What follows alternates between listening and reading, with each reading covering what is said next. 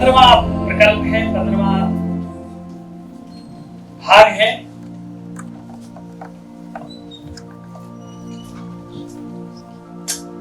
जिसमें आप सभी मन की बात पर एक विशेष वक्तव्य यहाँ पर सुनेंगे। तो सर्वप्रथम मैं इस कार्यक्रम के मुख्य वक्ता के रूप में हमारे बीच में विराजमान आदरणीय प्रमोद जी दुबे भाई साहब को आमंत्रित करता हूँ।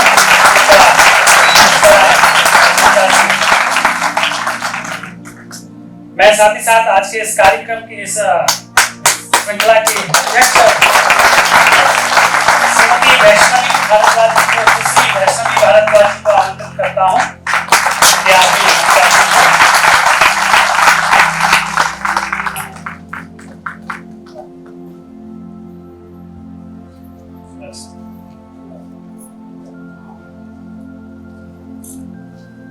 मैं आदरणीय दीक्षित से निवेदन करूंगा कि पुस्तक का प्रदान कर स्वागत करें।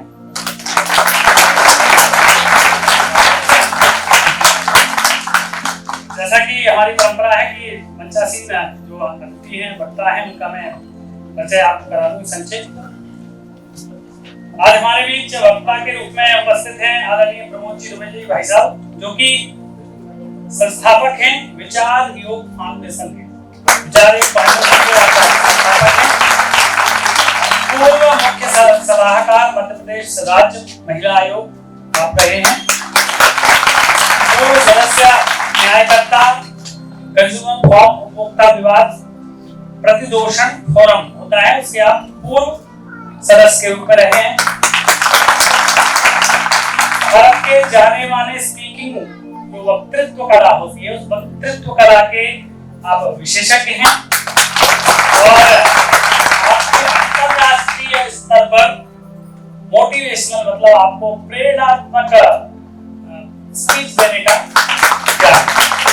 तो सबका स्वागत है इस मंच पर। आपका हम उद्बोधन सुनेंगे।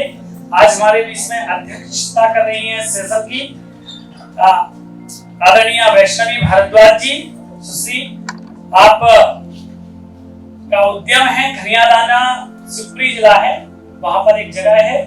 आप इंडियन गैस एजेंसी का संचालन करती हैं, तो मातृशक्ति के रूप में, और इस तरह के औद्योगिक प्रतिष्ठान को चलाने के लिए आप हमारे बीच में एक प्रेरणा के रूप में उपस्थित हैं। तो आपका भी बहुत बहुत स्वागत।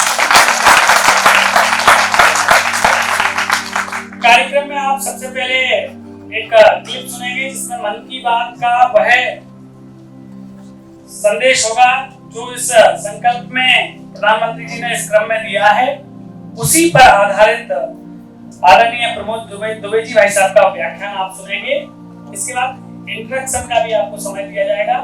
आपके मन में जो भी विचार होंगे, जो भी कौतूहल होगा, जो भी विषय आप वक्ता के समक्ष अपने समाधान के लिए रखना चाहते हैं, तो उसका अवसर आपको दिया जाएगा।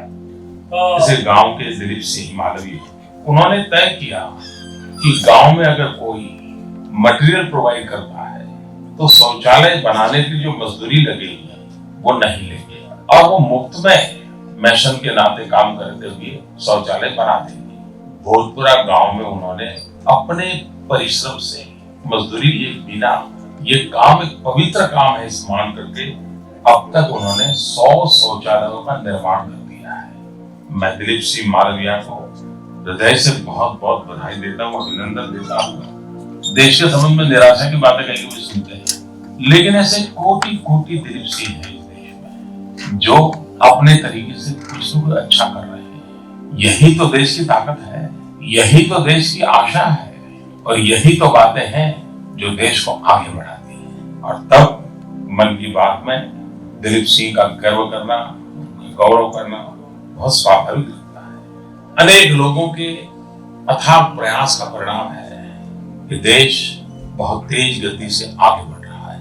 कदम से कदम मिला करके 125 करोड़ देशवासी एक एक कदम खुद भी आगे बढ़ रहे हैं, देश को भी आगे बढ़ा रहे हैं। बेहतर शिक्षा, उत्तम कौशल एवं रोजगार के नित नए अवसर, चाहे नागरिकों को बीमा सुरक्षा कवर से लेकर बैंकिंग सुविधाएं पहुंचाने की बात हो, वैश्विक फलक पर ईज ऑफ डूइंग बिजनेस में सुधार, व्यापार और नए व्यवसाय करने के लिए सुविधाजनक व्यवस्थाएं उपलब्ध कराना, सामान्य परिवार के लोग जो कभी बैंक के दरवाजे तक नहीं पहुंच पाते थे, मुद्रा योजना के तहत आसान ऋण उपलब्ध करवाना।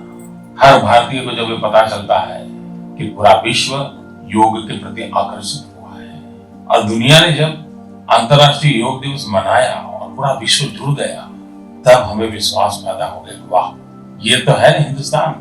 ये भाव जो पैदा होता है ना, ये तब होता है जब हम विराट रूप के दर्शन करते हैं। यशोदा माता और कृष्ण की वो घटना कौन भूलेगा, जब श्री बाल कृष्ण ने अपना मुंह खोला और पूरे ब्रह्मांड का एक माता यशोदा को दर्शन करा दिए, तब उनको ताकत का एहसास हुआ। योग की घटना ने भारत को वो एहसास दिलाया है। स्वच्छता की बात एक प्रकार से घर घर में गूंज रही है। नागरिकों का सहभाग भी बढ़ता चला जा रहा है।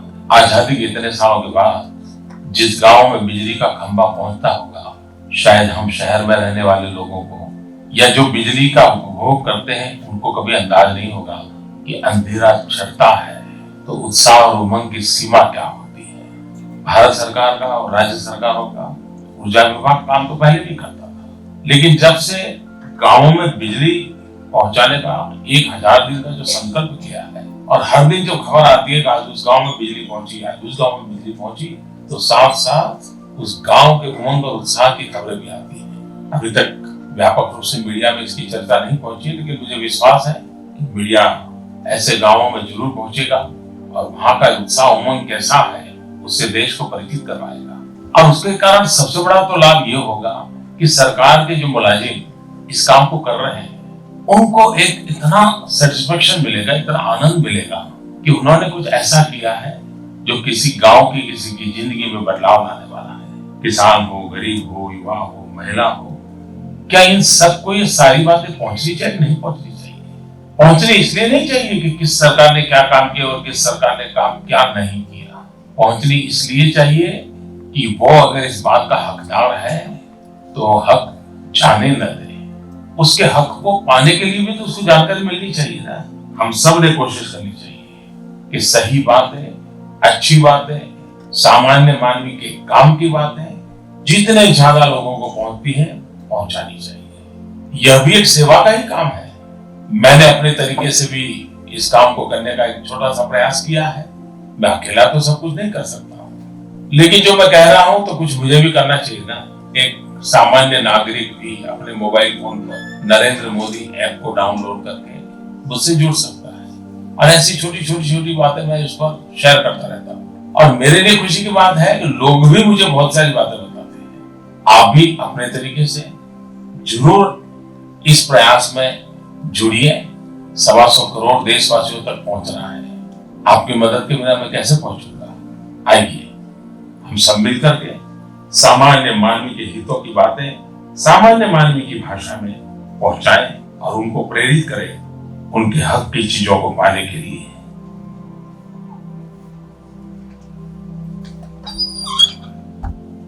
एक बीच में हेलो, एक और परिचय मैं आपको देना चाहता हूँ। हमारे बीच उपस्थित हैं विशिष्ट अतिथि सेशन के आदरणीय GL यादव जी। आपसे भी अनुरोध करता हूँ कृपया मंचासीन हो सर। आप अर्जुन अवार्डी हैं, खेल का उत्कृष्ट सर्वोत्कृष्ट पुरस्कार है अर्जुन अवार्ड प्राप्त हैं आप, तथा रिटायर्ड स्पोर्ट ऑफिसर अधिकारी के रूप में रहे हैं आप। तो आपका स्वागत है। जोरदार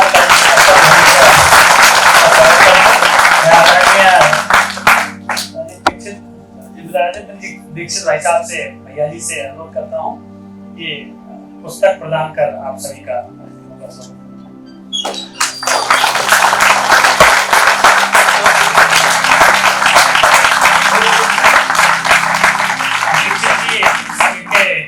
वरिष्ठ कार्यकर्ता हैं। आप बहुत लंबे समय से संघ से जुड़े हुए हैं, प्रचारक रहे हैं लंबे समय तक। हाँ, आदरणीय मैं आपको जो हमारे उनका स्वागत किया। उसके बाद हमारे विशिष्ट अतिथि GS Yadav ji, GL Yadav sir, हमारे आज के कार्यक्रम की अध्यक्ष सुश्री वैष्णवी भारद्वाज जी,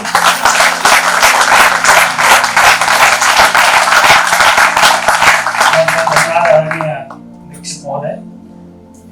अब जैसा कि आपने एक क्लिप सुनी और अपने विचारों को का जो मंथन आपके मन में उठा, उस मंथन के समाधान के लिए मैं आज के वक्ता आदरणीय प्रमोद जी दुबे भाई साहब को आमंत्रित करता हूं कि हृदय में हुए मनमत को, इकबाल मनों को उस वक्तृत्व से आप उनके हृदय के उद्गारों को रोकें भी, तथा उनके जो विचार और उनके मन में जो भी विषय हैं उनका समाधान करें। भाई साहब।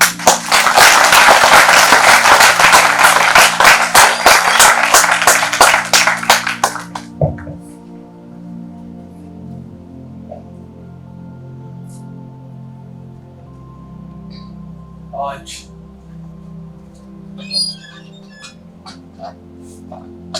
मोदी जी के मन की सबसे बड़ी बात पूरी हो गई है। भारत चांद पर पहुंच गया है।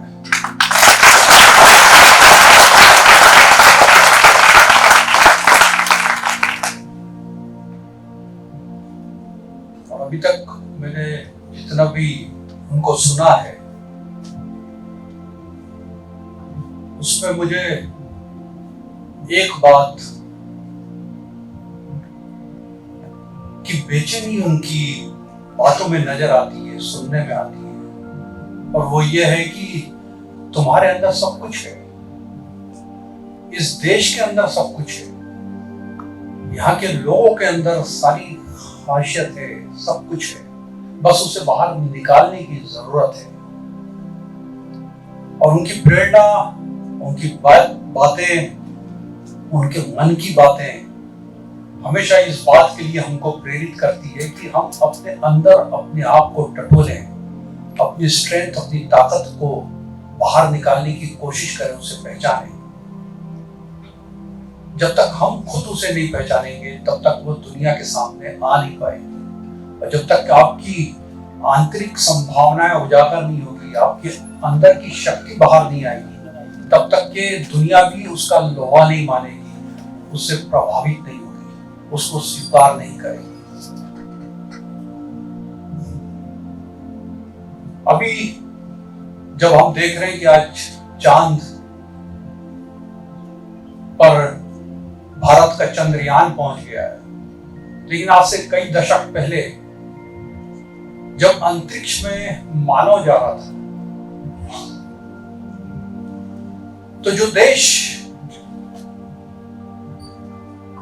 उन्हें अंतरिक्ष में भेज रहे थे, स्पेस में भेज रहे थे, तो उनके सामने एक बड़ी कठिनाई आ गई थी। और वो बड़ी कठिनाई ये थी कि हमारा पूरा अभ्यास है अपनी सेंसेस के इस्तेमाल का, अपनी इंद्रियों के इस्तेमाल का। हम सुबह से शाम तक या तो अनुभूत करते हैं, एक्सपीरियंस करते हैं, देखते हैं, टटोलते हैं, स्पर्श करते हैं, खाते हैं, सूंघते हैं। कोई ना कोई व्यक्ति हमारे चारों तरफ इर्द गिर्द होता है, बातें होती है, उनका स्पर्श होता है, और यह अभ्यास हमारा बड़ा गहन रहता है, जो केवल हमें यही उपलब्ध है इस धरती के ऊपर।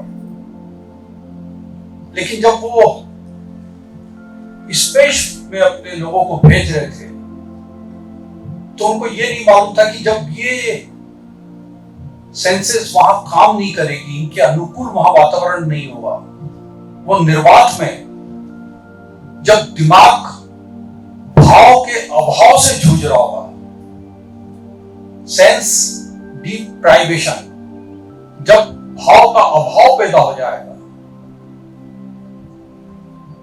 तो ये आदमी का दिमाग नहीं फट ना जाए, ये आदमी उसे संभाल ना सके, उस परिस्थिति में ये कैसे रहेगा। कभी जब हम अकेले होते हैं तो हमें बड़ी बेचैनी होने लगती है। यदि आपको 10-15 मिनट किसी कमरे में अकेला बंद कर दिया जाए तो आप सामना नहीं कर पाएंगे, क्योंकि आपकी अपने साथ रहने की एक तो आदत नहीं है, दूसरों के साथ रहने की हमेशा की आदत है। तब दुनिया को यह ख्याल आया कि जब तक इनके मानसिक रूप से इनका स्थिरीकरण ना किया जाए, इनका स्टेबलाइजेशन ना किया जाए, जब तक इनके दिमाग को स्थिर और इस तरीके की स्थिति का सामना करने के लिए अभ्यस्त ट्रेन ना किया जाए, तब तक के यदि इनको वहां भेज दें तो इनका वापस आना, इनका बचना नामुमकिन हो जाएगा। क्योंकि ना तो वहां वायुमंडल है और ना इस तरीके का सेंसेस को इस्तेमाल करने की सुविधाएं हैं। तो ऐसी स्थिति में उनको याद आया कि ये काम कहां हो सकता है। तो पूरी दुनिया में उन्होंने टटोला कि कहां ये चीज हो सकती है कि आदमी ध्यान में इतना केंद्रित हो जाए कि उसको इन सब चीजों की जरूरत ना पड़े और वो स्पेस में आराम से रह सके। सारे देशों में उन्होंने देख लिया, पूरी दुनिया के अंदर उन्होंने टटोल लिया, खंगाल लिया, खोज लिया कि कहां इस तरीके की सुविधा हो सकती है कि जहां मानव की मानसिकता को इस तरीके से कंट्रोल करने में वो खुद सक्षम हो जाए। और उनको पता चला कि ये केवल और केवल भारत में हो सकता है, क्योंकि वहां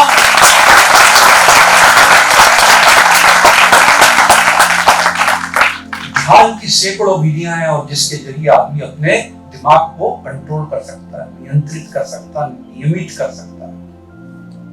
और तब आसान हो गया उनको अभ्यास के द्वारा ट्रेन करके निर्वात में जाना, स्पेस में जाना।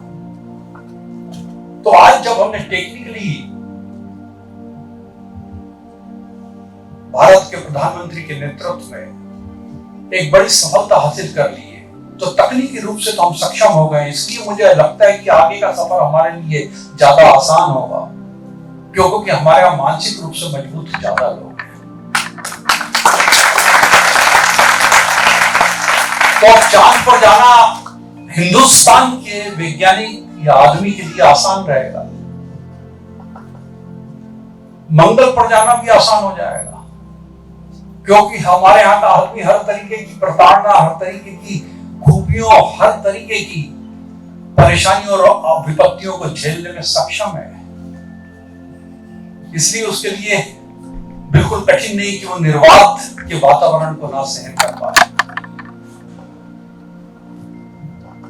तो हिंदुस्तान के आदमी की खूबी यह है कि वो चांद पर चंद्रयान भी भेज सकता है और चांद पर अपना आदमी भी भेज सकता है। और बहुत जल्दी आपको 2025-26 और या उसके आसपास कहीं आपको ये सारी चीजें, ये सारे डेवलपमेंट देखने को मिल जाएंगे, क्योंकि आग है, पानी है, मिट्टी है, हवा है मुझ में, और फिर तो ये मानना ही पड़ता है कि खुदा है मुझ में।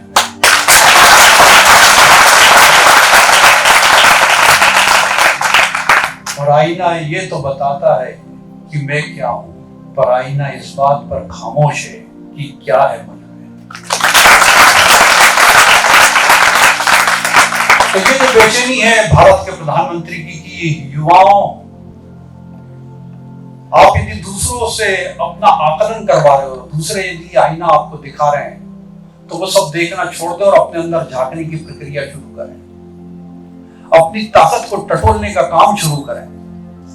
यदि वो आपने कर लिया तो दुनिया की ऐसी कोई मंजिल नहीं है जहां आप पहुंच नहीं सकते।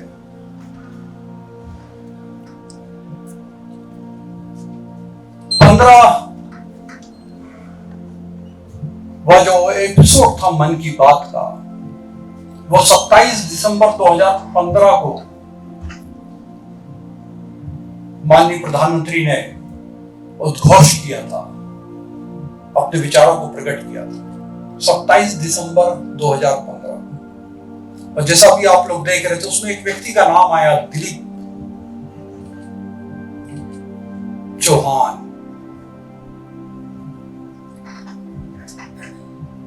ये अहमदाबाद के रहने वाले,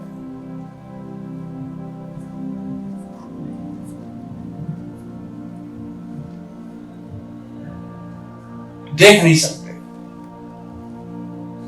मैं आज आपको याद दिलाना चाहता हूं कि 27 दिसंबर 2015 जिस तरीके से आज का दिन ऐतिहासिक है, वो दिन भी बड़ा ऐतिहासिक था, और किन मायनों में ऐतिहासिक था वो मैं बताना चाहता हूं। उस दिन मन की बात में नरेंद्र मोदी जी ने यह कहा था कि दुनिया में और खासतौर पे हमारे देश के अंदर जो लोग शारीरिक रूप से कमजोर हैं, ईश्वर ने यदि किसी प्रकार की कोई कमी उनको दी है तो हम उनको विकलांग कहते हैं, हम उनको डिसेबल कहते हैं।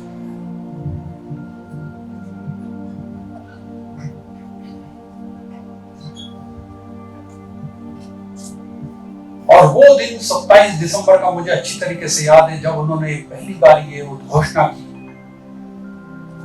कि ऐसे व्यक्ति जो ईश्वर किसी प्रकार की कोई कमी छोड़ देता तो उनके अंदर किसी विशिष्ट प्रकार की शक्ति का सृजन भी करता है, वो शक्ति भी उनको देता है जो शक्ति हम लोगों को नहीं दिखती लेकिन उनके अंदर मौजूद होती है।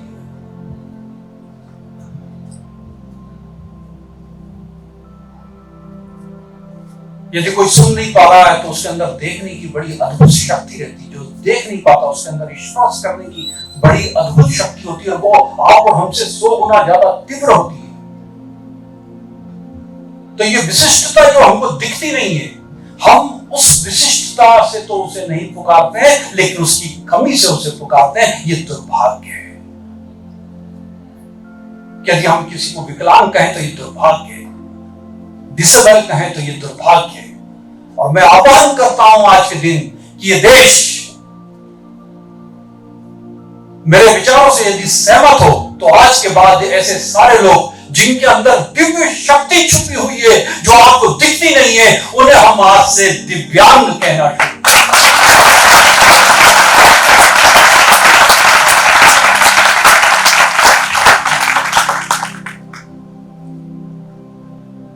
एपिसोड तो निकल गया लेकिन आपने एक चीज मार्क नहीं की कि नरेंद्र मोदी जी की सकारात्मकता का सबसे बड़ा परिणाम है।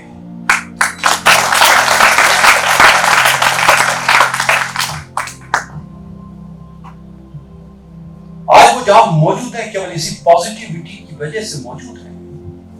और मैं आपसे आग्रह करता हूं कि उनको जब सुनते हैं तो इस तरीके और किसी को भी यदि सुने तो वो उस जगह पे क्यों पहुंचा है इसको जानने की जरूर कोशिश करें। वही उसकी असाधारणता है, उसको पकड़ने की कोशिश करें और आप में से कोई भी व्यक्ति उस मुकाम तक पहुंचने में जरूर सफल हो जाएगा।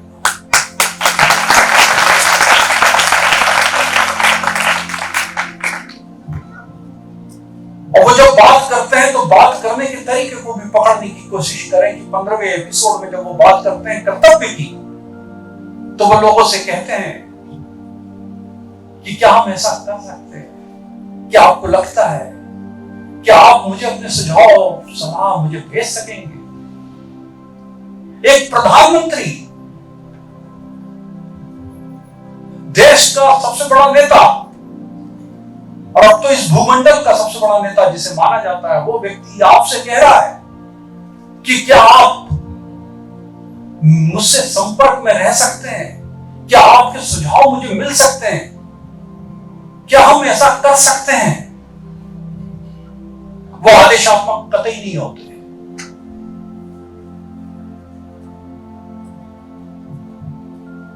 उनका सम्मान, उनकी गरिमा, उनकी प्रतिष्ठा, उनका होना, उनकी पीन, उनकी बेजोड़ शख्सियत, उसके बावजूद वो मित्रवत और स्नेही दिखते हैं, लगते हैं, होते हैं जब वो आपसे संवाद करते हैं, आपसे बात करते हैं।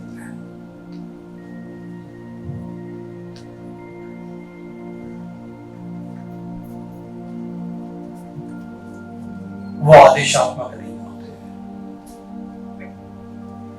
वो आदेशात्मक इसलिए नहीं होते क्योंकि आदेश, वो जानते हैं कि आदेश आपकी दृष्टि को खत्म कर देता है, आपके विजन को खत्म कर देता है। और वो जानते हैं कि इस देश के करोड़ों लोगों को यदि आदेशात्मक रूप से दबाया जाए तो मैं इस देश की प्रतिभाओं को खत्म कर दूंगा। एक छोटा सा अधिकारी ये करता है और हजारों लोगों को खत्म कर देता है। लेकिन देश का प्रधानमंत्री इस जिम्मेदारी को समझता है कि मेरा आदेशात्मक रुख, रवैया और बात लोगों के अंदर की प्रतिभा को संकीर्ण और संकुचित बना देगी, उसके सोचने की, समझने की शक्ति को छीन कर देगी, खत्म कर देगी। उसके अंदर लैक ऑफ विजन, उसके अंदर दृष्टि को खत्म कर देगी। तो वो आदेशात्मक नहीं होते हैं, वो सुझाव की तरह बात करते हैं, क्योंकि वो जानते हैं कि आदेश दृष्टि को समाप्त कर देता है, और जिसके पास दृष्टि नहीं होती वो निर्णय लेने की क्षमता को भी समाप्त कर लेता। अब देखिए देश कहां चला जाए यदि इस तरीके का व्यक्ति हमारे देश का निर्णय, राष्ट्र निर्माता हो जाए, निर्णय करता हो जाए, जो लोगों की भावनाएं और लोगों को साइकोलॉजिकली ऑब्जर्व ना कर पाए, असेस ना कर पाए। तो कभी कई देश इसी वजह से अपनी प्रतिभाओं को कुंठित बना देते हैं। और आज देश यदि चांद पर अपने चंद्रयान को भेज रहा है तो इसलिए क्योंकि परम स्वतंत्रता में लोग जी रहे हैं और अपनी प्रतिभा के साथ न्याय कर पा रहे हैं।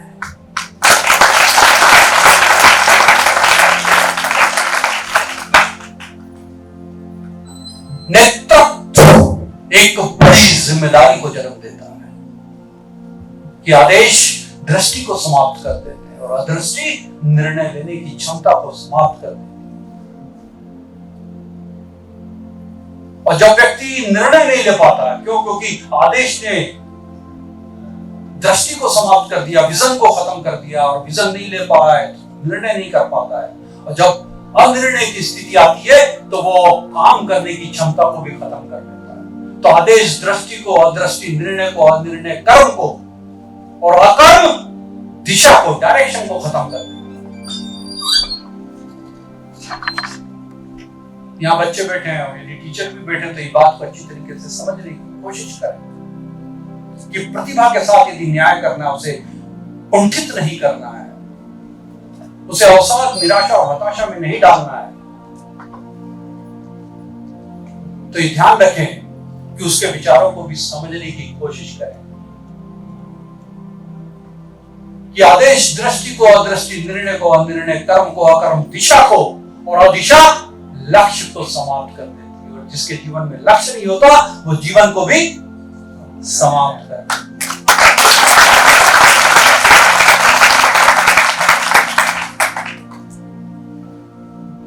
तो जब वो बात कर रहे होते हैं, जब वो कर्तव्य की बात करते हैं, तो वो कहते हैं कि आप लोगों से मेरा आग्रह है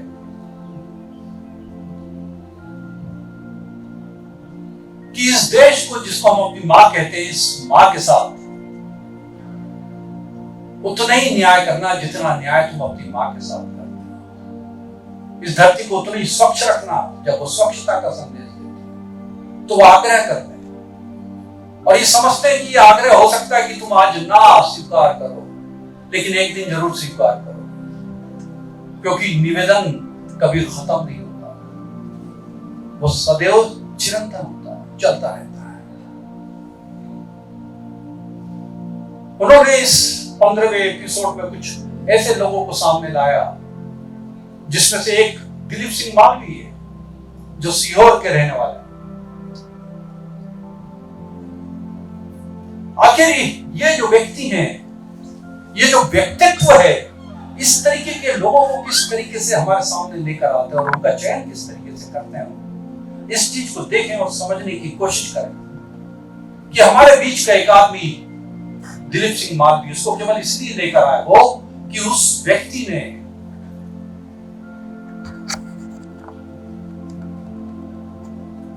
जो बिल्डिंग बनाने का, मकान बनाने का छोटे छोटे कस्बों में काम करता है,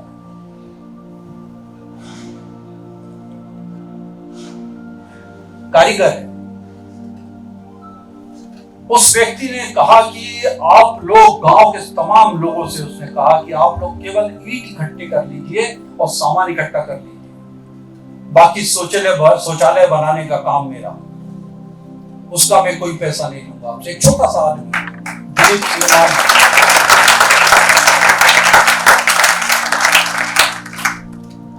और जितना बड़ा उसका काम है दिलीप सिंह मालवी का, वो काम को प्रधानमंत्री नरेंद्र मोदी जी ने अपने बराबर उस काम को माना और उसका नाम इसी तरीके से लिया, इसी तुलना में लिया। ये उस व्यक्ति का उसकी महानता कि मैं जो काम कर रहा हूं राष्ट्र निर्माण का, ये राष्ट्र निर्माण के काम से कतई कम नहीं है। दिलीप सिंह मालवी का काम, जो जानता है कि ये एक शौचालय बना देने से किसी परिवार की प्रतिष्ठा, उसकी गरिमा, उसकी महिलाओं को सुरक्षा देने का वो काम कर रहा है। और बड़े बड़े नेता हुए हमारे यहां, बड़े बड़े अधिकारी हो गए हमारे यहां, लेकिन जो काम दिलीप सिंह मालवी ने किया, मैं भी इस बात को मानता हूं, स्वीकार करता हूं, ताकीद करता हूं कि उतना बड़ा काम अभी तक किसी ने किया। और प्रधानमंत्री आह्वान इस तरीके से कर रहे हैं कि देखो, ये कोटि कोटि दिलीप सिंह मालवी हमारे देश में मौजूद हैं। हजारों हजारों दिलीप सिंह मालवी हमारे देश में मौजूद हैं। और उस व्यक्ति का सिलेक्शन केवल इस बात के लिए हुआ कि लोग प्रेरणा ले सके कि आप अपनी जगह बैठकर भी, आप अपनी जगह रहकर भी राष्ट्र के निर्माता बन सकते हैं। उसके लिए मुख्यमंत्री और प्रधानमंत्री बनना जरूरी नहीं। आप भी मेरे बराबर उतने काम उस जगह पर रह के कर सकते हैं।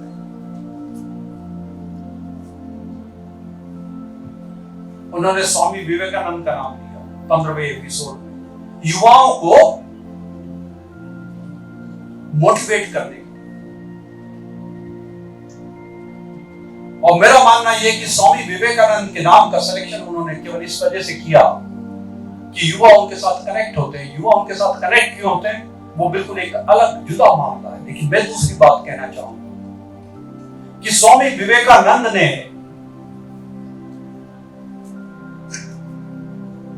इस देश की पहचान और अस्तित्व के लिए जितना बड़ा काम किया, उतना किसी दूसरे ने नहीं किया। और अभी तक के इसका असेसमेंट नहीं हुआ। आज पहली बार मैं इस मंच से ये बात कहना चाहूंगा। ये देश 1947 तक गुलाम था। गुलाम था मतलब डिपेंडेंट था। गुलामी का मतलब होता है कि हम किसी के ऊपर डिपेंड हो गए, अब वो हमारा सब काम करेगा।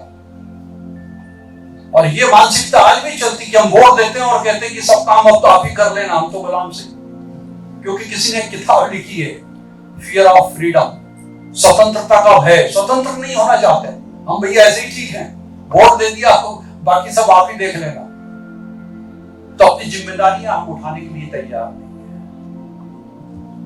तो मैं विवेकानंद जी की बात कर रहा था कि जब 1947 में देश आजाद हुआ, तो हमने कहा आजाद हुआ, मैं उसे आजादी नहीं मानता। 1947 के पहले तक हम गुलाम थे, लेकिन 1947 में हमने संपूर्ण क्रांति से किसी प्रकार की आजादी प्राप्त नहीं करी, केवल सत्ता का हस्तांतरण हुआ। संपूर्ण क्रांति होती है कि जब सत्ता भी बदल जाए, व्यवस्था भी बदल जाए और व्यक्ति भी बदल जाए। व्यक्ति कैसे बदलता है? जब उसकी सोच बदल जाए, जीवन जीने का तरीका बदल जाए। तो जब ये तीनों चीजें बदलती, तब देश संपूर्ण स्वतंत्रता का आभास कर सकता है, उसको जी सकता है। तो वो मौका ऐसा था जब सत्ता भी बदल गई और व्यवस्था भी बदल गई, लेकिन महात्मा गांधी ने कहा कि भाई मैं नैतिक व्यक्ति हूं, इसलिए इस सत्ता का उपभोग नहीं कर पाऊंगा। और ये पूरा देश उनकी तरफ बड़ी आशाओं की दृष्टि से देख रहा था कि ये हमारा नेतृत्व करे तो ये देश कुछ और ही होता। और महात्मा गांधी जी होते तो शायद ये देश कुछ और होता, क्योंकि उनके साथ जो करोड़ों लोग थे, उन्होंने सत्ता को ये मान लिया कि ये किसी भी तरीके से ग्रहण करने की वस्तु नहीं है। तो एक गलत मैसेज चला गया, जो आज तक के परकुलेट होता चला आ रहा है। 75 में भी हुआ, लेकिन तब भी जयप्रकाश नारायण ने कहा कि मैं तो नैतिक व्यक्ति हूं और गांधी जी का शिष्य रहा हूं, तो मैं सत्ता से बाहर, पूरा देश उनकी तरफ देख रहा था कि शायद ये जिम्मेदारी उठा ले।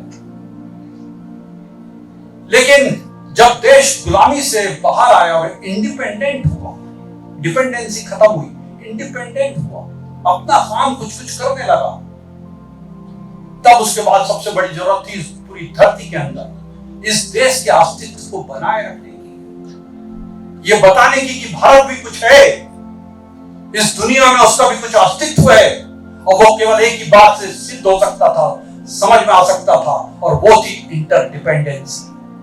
मतलब तुम हमारे बिना जी नहीं सकते और हम तुम्हारे बिना जी नहीं सकते, तुम्हें हमारे अस्तित्व को मानना पड़ेगा, और यह काम किया स्वामी विवेकानंद।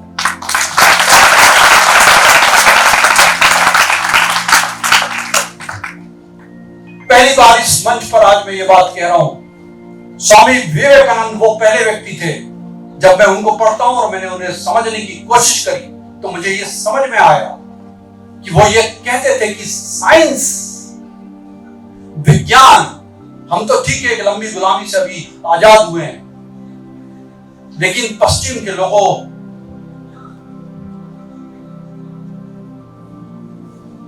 आवाज आ रही बंद।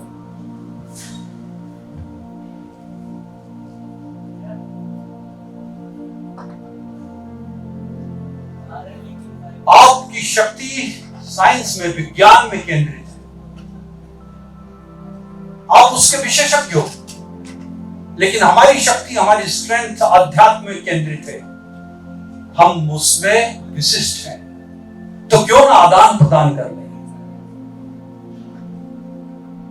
तुम्हें यह मानना पड़ेगा कि हमारे पास कुछ है और हम ये मानते हैं कि तुम्हारे पास कुछ है, और वहां से पहला ऐसा व्यक्तित्व था जिसे आदर और सम्मान मिलना चालू हुआ, जिसे स्वीकार्यता मिलना चालू हुई पश्चिमी जगत में।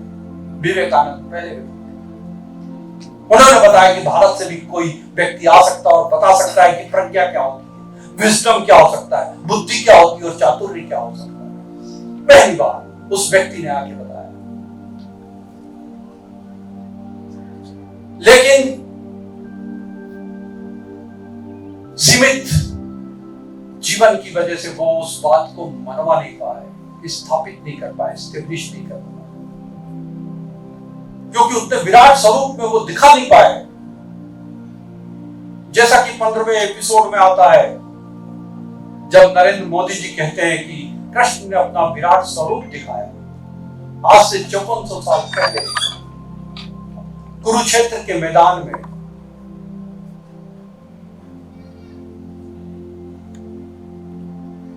एक स्टूडेंट अपने गुरु के समक्ष घुटनों के बल बैठ गया, हताश, निराश, अवसाद से घिरा हुआ, सारे अस्त्र शस्त्र उसने डाल दिए, कोई राह उसे समझ में नहीं आ रही, कुछ रास्ता सूझता नहीं था। जो काम जिंदगी से करता आ रहा था उस काम को उसने एक तरफ कर दिया, टुकरा दिया, और इतना रिक्त स्थान अपने अंदर पैदा कर लिया कि उस गुरु के लिए भी गीता कहना अनिवार्य हो गया।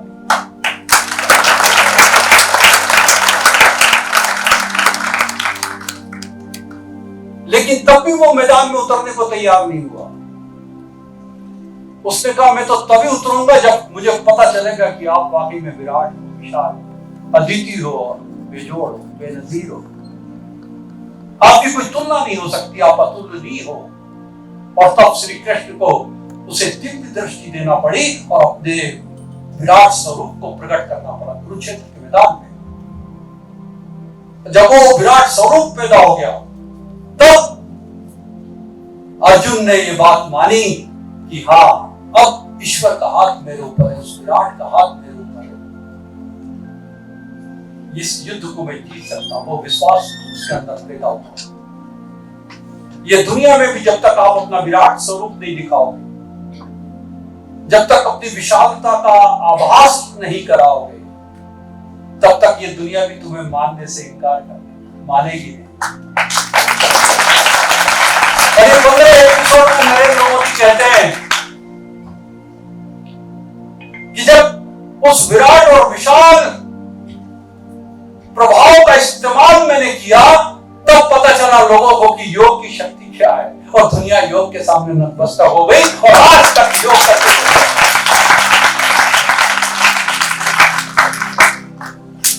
तो इस देश की स्थापना का ये दौर है।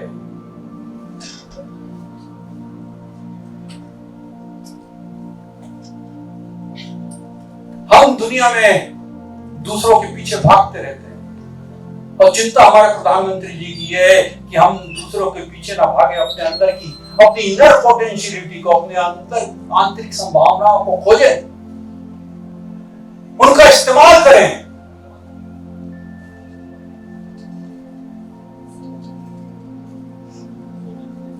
यदि हम आज ये 300 350 साल की सभ्यता के पीछे भागेंगे, तो हमारा जो हजारों सालों पुराना मानव सभ्यता का जो विकास हुआ था, जो हमारा आयुर्वेद था, जो हमारा योग था, वो सब विलुप्त हो जाएगा। वो चिंता है उनको, वो बेफिक्री नहीं है। उस बात की पल प्रतिपल उनको याद रहती है कि उसे कैसे स्थापित किया जाए, वो ज्ञान कहीं खो ना जाए, और यदि खो गया तो उसको वापस कैसे एस्टेब्लिश करें, इस बात की चिंता है। तो वो कहते हैं कि तुम पिछड़कू मत बनो, किसी के पीछे मत जाओ। वो दौर गया, अब तो स्वावलंबन का दौर है, अपने ऊपर खड़े हो जाने का दौर है। और इसलिए वो कहते हैं कि स्टार्टअप, मेक इन इंडिया, उद्यमी बनो, अपनी तमाम शक्तियों का इस्तेमाल करो, जो किसी के आदेश के अंतर्गत तुम इस्तेमाल नहीं कर सकते, लेकिन जब तुम खुद अपने मालिक होते हो तो उन सारी शक्तियों का इस्तेमाल करते हो, और तब तुम दुनिया में श्रेष्ठ होने को उपलब्ध हो। क्योंकि यदि आज हम उन देशों का अनुसरण करेंगे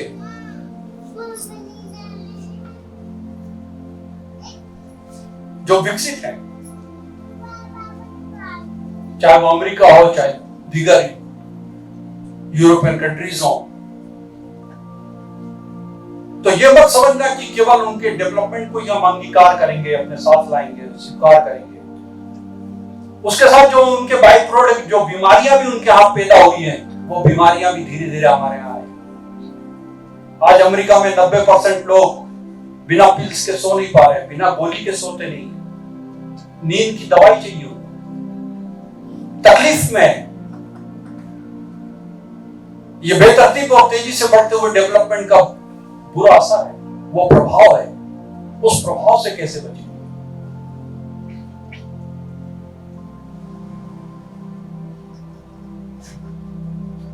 तो यदि अच्छाई आएगी तो उसके साथ उसकी बुराई भी आएगी। तो ये वक्त है आपके पास, अच्छा हुआ कि आपने बहुत तेजी से प्रगति नहीं की है स्वतंत्रता के बाद, लेकिन अब ये सोचने और समझने का वक्त है कि हम अपने उन सांस्कृतिक मूल्यों के साथ वैज्ञानिक दृष्टि को समाहित करें, संयोजित करें, और एक समन्वय के साथ आगे बढ़ने की कोशिश करें, जिससे हम मानसिक और शारीरिक रूप से भी बेहतर और संपन्न रहें और शक्तिशाली बनकर प्रकट हों और दुनिया में अपना नाम कर सकें।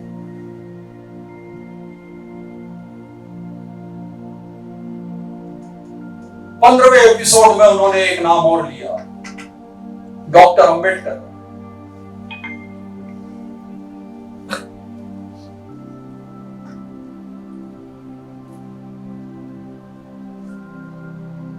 डॉक्टर अंबेडकर ने अपने अति स्वतंत्र विचारों से इस देश को आंदोलित किया, और उन्होंने कभी भी किसी के भी अनचाहे आदेशों का पालन नहीं किया। कांग्रेस में भी वो अपनी बात पर अड़े रहे, चाहे सामने गांधी ही क्यों ना हो।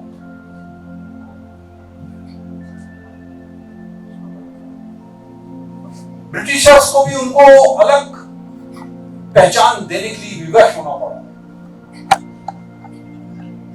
क्योंकि उनके पीछे भी जनसैलाब था।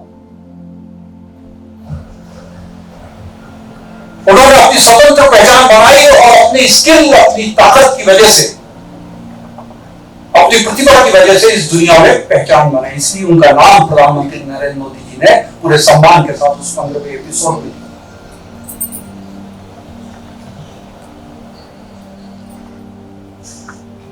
युवाओं का आह्वान वो हर मन की बात में करते हैं, और जब 15वें एपिसोड में उन्होंने मन की बात की तो उसमें उन्होंने कहा कि युवा डेवलपमेंट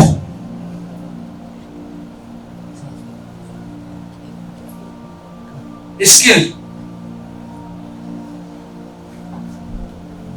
और हार्मनी, विकास, कौशल और सद्भाव, ये तीन को लेकर आगे चले तो इस देश के निर्माण में उनका सबसे बड़ा योगदान रहेगा। तो आज मैं अपनी बात को यही विराम दूंगा इस कथन के साथ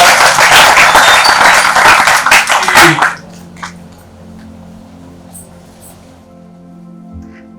अर्जुन को समझाते हुए भगवान श्री कृष्ण ने जो 2 लाइनें कही थी,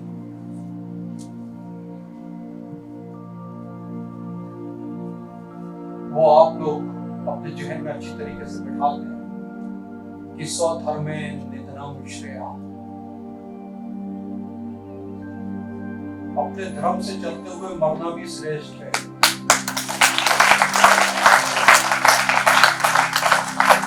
स्वधर्मे निधनम श्रेया, पर धर्मे भयावह, लेकिन दूसरे के धर्म से चलते हुए, दूसरे के स्वभाव से चलते हुए जीना भी, शिखर पर पहुंचना भी भयावह है। बहुत बहुत शुभकामनाएं। Thank you very much.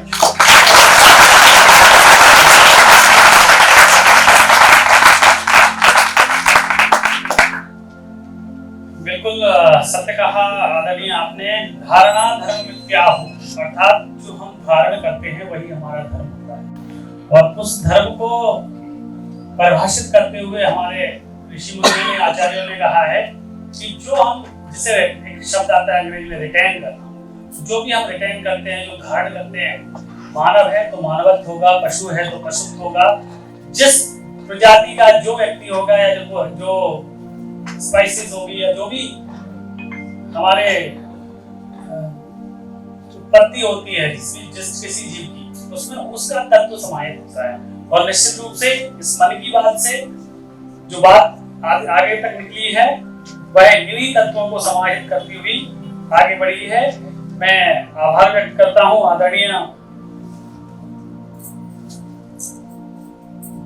आदरणीय प्रमोद दुबे जी का कि आपने इतना अच्छा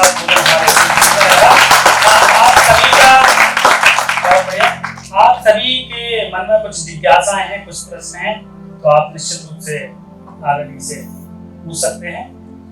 थोड़ा सा समय है मेरे पास। हाँ पूछिए।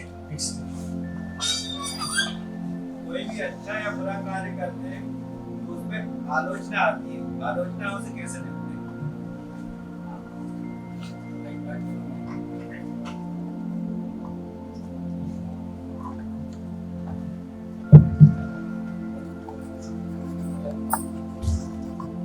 ये चिंता है या प्रश्न है?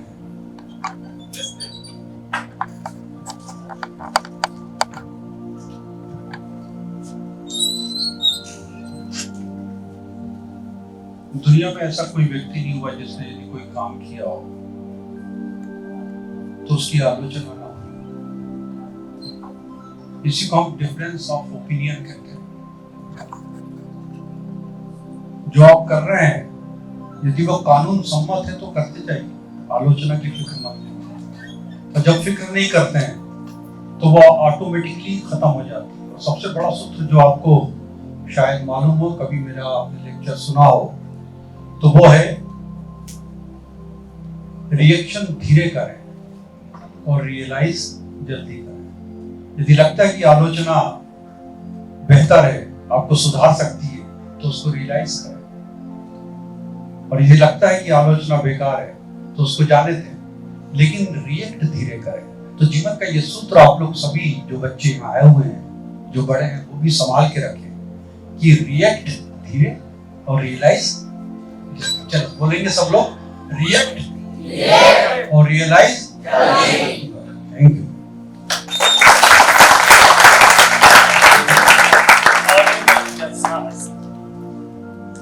मेरा प्रश्न है कि सर ने जो विवेकानंद जी की बात करी, सर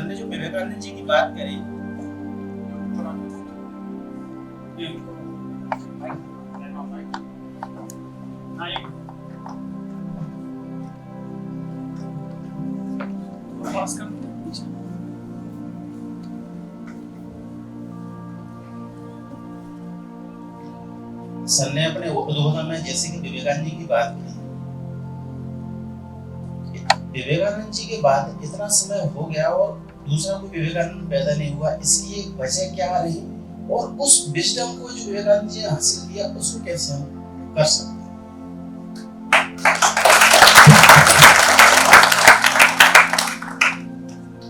इंतजार मत करो, दूसरा विवेकानंद नहीं आएगा।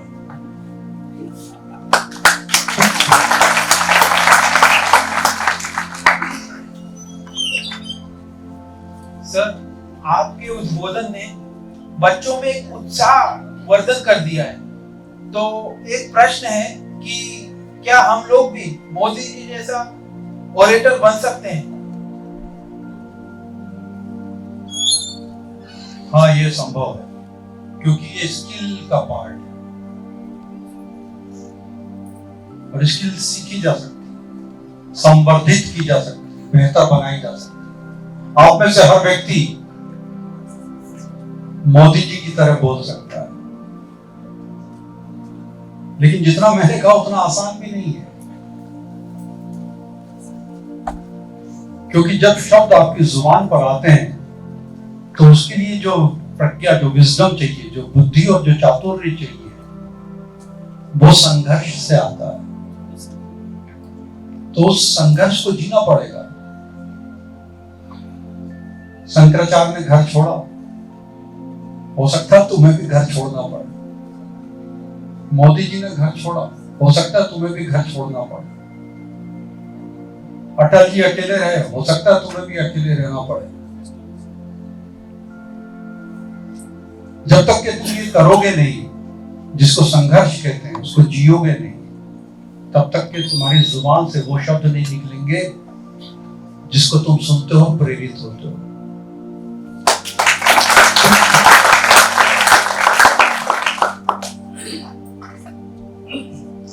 प्रायः सभी जिज्ञासाओं का समन हो गया है। कोई और है? अच्छा, जोर से बोलिए, आवाज आ रही है। माइक इधर है।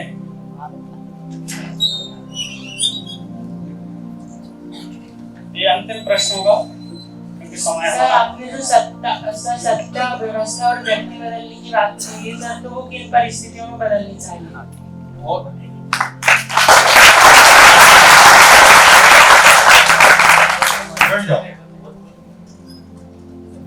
अच्छा प्रश्न, बहुत अच्छा प्रश्न। देखिए, सत्ता कैसी बदलती है तो आपको मालूम है, जब आप 18 साल के होते हो तो सत्ता बदलने की शक्ति आपके अंदर आ जाती है।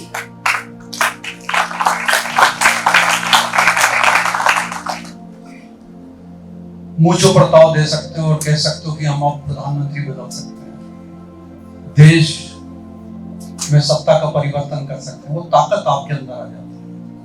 लेकिन केवल सत्ता को बदल सकते हो, अभी संपूर्ण क्रांति पे नहीं पहुंचे। उसके बाद आती है व्यवस्था को बदलने की, जिसमें चाहे वो शिक्षा पद्धति हो, चाहे वो भ्रष्टाचार की बातें हो, चाहे तमाम तरीके की जीवन को जीने की शैली हो, ये सब बदल जाता है। जिसको कहते हैं व्यवस्था का बदल जाना। क्योंकि बेईमानी एक ऐसा दलदल है और ईमानदारी भी ऐसा दलदल है जिसमें आदमी यदि धंस जाए तो उससे बाहर निकलना नामुमकिन हो जाता है, और उसके हिसाब से फिर व्यवस्था बनी जाती है। यदि आप भ्रष्टाचार में, तो आपके नातेदार रिश्तेदार आपको उससे बाहर नहीं आने देंगे, कहेंगे बहुत अच्छे लगते हो, इसमें रहो, हमारा काम करते रहो। और यदि ईमानदार हो और चाहते हो कि भ्रष्टाचारी बन जाओ, तो लोग कहते हैं कि यही रहो, अच्छे हो, ऐसे ही रहो, ऐसे ही अच्छे दिखते हो। तो ये जब होता है तो इसको कहते हैं व्यवस्था का बदल जाना। लेकिन जब ये ताकतें इतना बढ़ जाती है तो व्यवस्था को भी अपने हिसाब से बना लेती है, और आज देश में व्यवस्था इनके हिसाब से बनी हुई है। तो व्यवस्था को बदलना ये दूसरा थोड़ा सा टफ टास्क है, कठिन है। पहला तो तुम्हारी जेब में है, 18 साल के होकर बदल दो, बिना सोचे समझे बदल दो, व्यक्ति को पहचानो नहीं पहचानो बदल दो। इसलिए मैंने अभी जो भाषण दिया कि राष्ट्र निर्माता को पहचानो, कौन है जो इस देश की सोती हुई क्षमता को जगाने की कोशिश कर रहा है, इस देश को अपने कदमों पर ऊपर उठा रहा है, इसकी अस्मिता और इसकी पहचान को वापस कायम कर रहा है, उसको पहचानो। तब अपने वोट का अधिकार उसका इस्तेमाल करो। तो सत्ता को तुम बदल सकते हो, व्यवस्था के लिए थोड़ा सा जोर लगाना पड़ेगा। इसलिए कहते हैं कि बस दिला दी, आंदोलन कर लिया। पहले तो स्टूडेंट बहुत आंदोलन किया करते थे, आजकल तो स्टूडेंट आंदोलन करते ही नहीं है, क्योंकि व्यवस्था का वो रूप इतना प्रगाढ़ हो गया है कि उसने कहा कि ये सब बंद करो इनका कार्यक्रम, तो सब बंद हो गया। तो व्यवस्था बदलना कठिन काम है। लेकिन तीसरी चीज आती है कि व्यक्ति का रूपांतरण। हमारे देश में अभी तक की जो कोशिश हो रही है और जो मेरी कोशिशें हैं हिंदुस्तान में भी और हिंदुस्तान के बाहर भी, यदि मैं कहीं बात करता हूं तो मैं ये बात हमेशा कहता हूं कि तुम जो कोशिश कर रहे हो व्यक्ति को बदलने की, वो उस व्यक्ति को बदलने की कोशिश कर रहे हो जो खुद तो नहीं बदलेगा, तुम्हें बदल जाएगा। क्योंकि 10 साल 15 साल के ऊपर का आदमी कभी बदलता नहीं, वो वैसे ही हो जाता है जैसा वो रहता है। और हम अब बड़े लोगों को बदलने की कोशिश करते हैं, और मैंने बड़े बड़े लोगों को देखा है कि वो उन्हीं लोगों में ताकत लगा रहे हैं, शक्ति लगा रहे हैं, और व्यक्ति रूपांतरित नहीं हो रहा, बदल नहीं रहा, उसका कोई ट्रांसफॉर्मेशन नहीं हो रहा। तो यदि व्यक्ति को बदलना है और संपूर्ण क्रांति को लाना है तो जो बच्चे हैं स्कूल में उन पर काम करना पड़ेगा। तो पूरी पीढ़ी बदल जाएगी, तो पूरी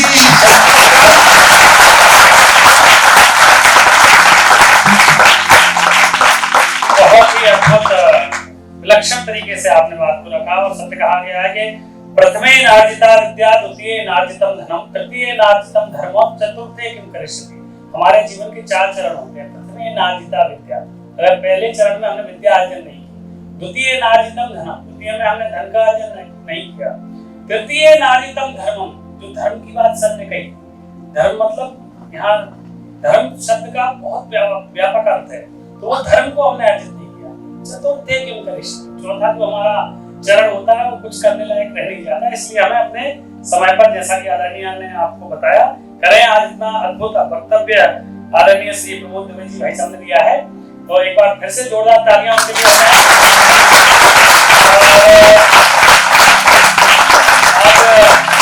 सबके सामने हमें एक विशिष्ट पुरस्कार देंगे, एक स्मृति चिन्ह है।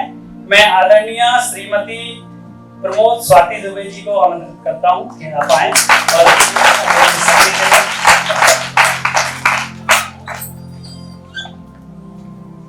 एक मन की बात का की विशेष लेखनी है। आप सबको बोलना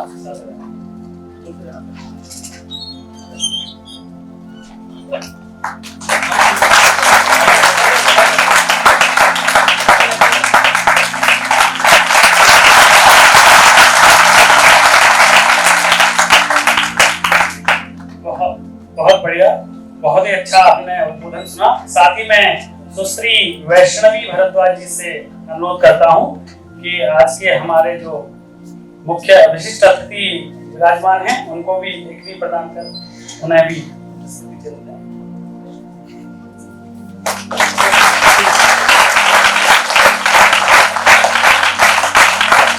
आपका विशिष्ट अतिथि के रूप में हमारे बीच थे श्री GL यादव सर, जो कि अर्जुन अवार्डी हैं, खेल के क्षेत्र में बड़ा पुरस्कार है।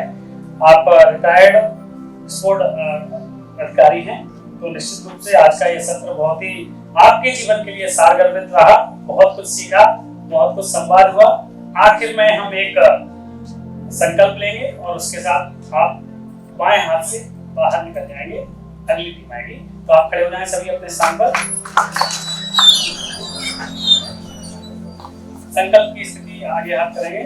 मैं मैं संकल्प लेता हूँ कि मैं ग्लोबल वार्मिंग एवं क्लाइमेट चेंज के प्रति अधिकाधिक जागरूकता लाने हेतु प्रयास करूंगा एवं प्रकृति के साथ सह अस्तित्व के सिद्धांत को अपने जीवन का अभिन्न अंग बनाऊंगा। जय हिंद। बाएं हाथ से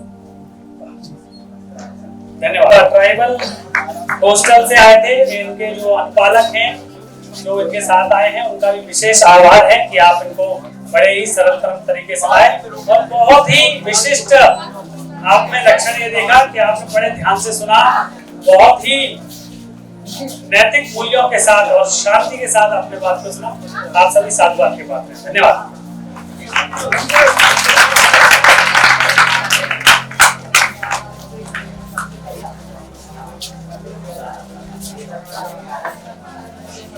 बाहर रोक लेना, उनको बाहर जाने अभी तक।